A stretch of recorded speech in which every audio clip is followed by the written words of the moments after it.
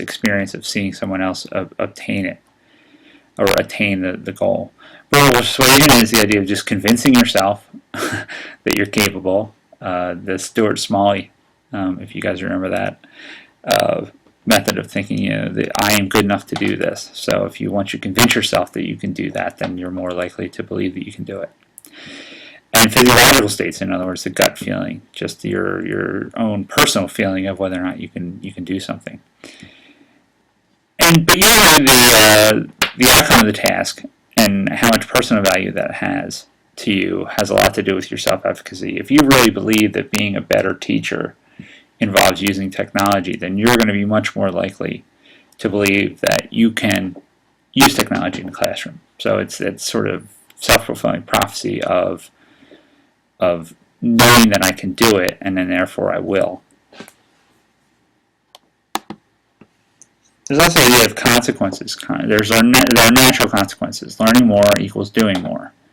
So I would be motivated to learn more because I want to be able to do more. There's also positive consequences, things like rewards.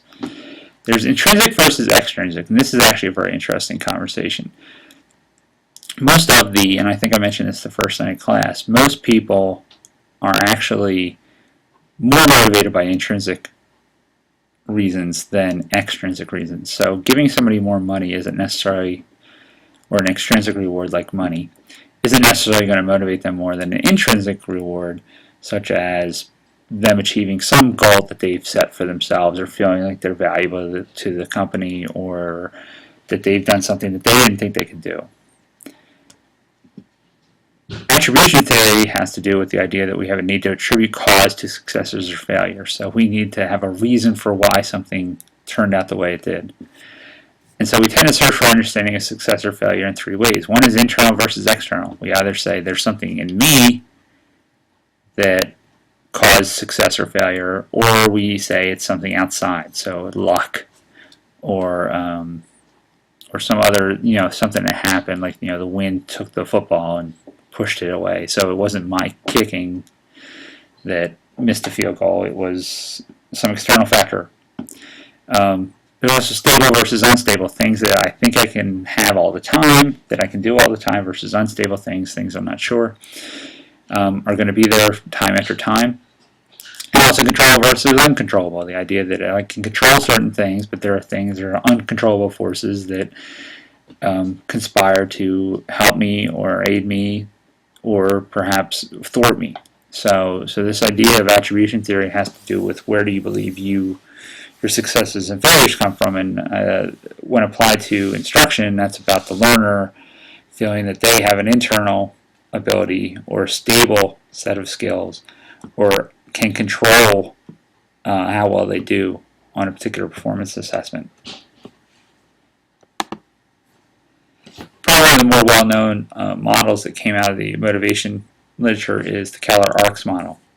I have some links for you that are in the folder for Module 2 under Motivation that provide links to both an original publication of the model when Keller first proposed it, as well as a website that provides a pretty good digest of, an ARC digest, as a matter of fact, of the motivation theory of John Keller, which is called ARCS. And ARCS is an acronym that stands for attention, relevance, confidence, and satisfaction.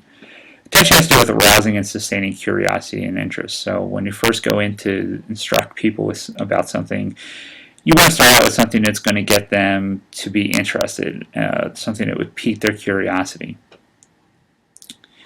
Relevance would be the next piece, which means you want to link this material that you're trying to teach them to something about the learner, something that they're motivated about, that they're interested in, that they have a need for. So the stronger those things are, the stronger the need is at a particular time, the more likely it'll be relevant to them, and therefore they will pay attention.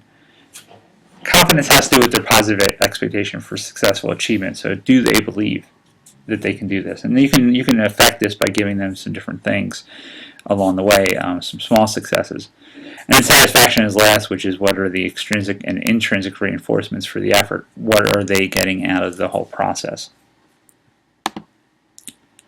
So some strategies that Keller suggests might have some value based upon his model. One is to use unexpected and novel approaches. So by doing things a little differently or in ways that the learner is not expecting, you tend to then generate or pique their curiosity and interest. The same goes for engaging problems. When you provide a problem, they have a tendency to want to solve it. So therefore, if you give them problems that are engaging and interesting to them, they're more likely to spend the kind of time it takes to solve the problem. You can vary presentation styles instead of just doing it always one way. Big ones are you need to relate it to personal goals. So you need to figure out what it is in each person that you're teaching or you're instructing, what matters to them most. And then if you can figure out a way to tie what you're teaching to that, then you tend to get a more motivated person. You also can build on previous positive experiences. So if you can find out if there's other times this person or this student has success related to your content area, then you can try to build on that. You can build expectation by your goals and objectives. So the goals and objectives you write for a particular piece of instruction may have a lot to do with their motivation level. If you actually let them know what it is they're trying to reach, they tend to be a little more motivated to do it. And also the more immediate the use of what they learn, the better. So if you're teaching them something that they're then going to go back and be able to use right away in their lives or in their studies or in their workplace, then they are much more likely to be motivated to listen to what you have to say and to spend time learning. Here's some other ideas in here if you want to, but this is the idea that I would create in my design and analysis for something I want to create instruction for. I would then apply this way. I would analyze my audience and come up with a profile of the things that interest them, of what the motivations are, and then I would try to write my objectives in that mindset. So I would try to write some objectives that had to do with the motivation level of my students or of my trainees, and then try to come up with the strategies and work those in and revise that as necessary. So you can see how ARCs would fit with the general instructional design model that we follow. So to finish off, there are a lot of different ways to look at motivation. There's lots of different frameworks, and pretty much every framework has something to do with it. It's difficult to quantify and measure motivation because the variables tend to change, and it also tends to be a fairly internal process.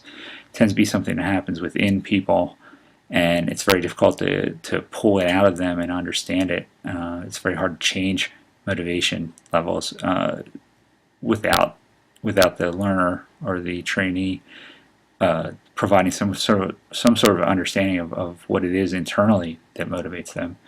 But it's always an important first step in pretty much all learning environments. An unmotivated person is not going to learn anything. So while it's hard to quantify, it is important to deal with. So motivation is a very interesting part of our field and something that you definitely want to learn more about as you go forward. Thank you.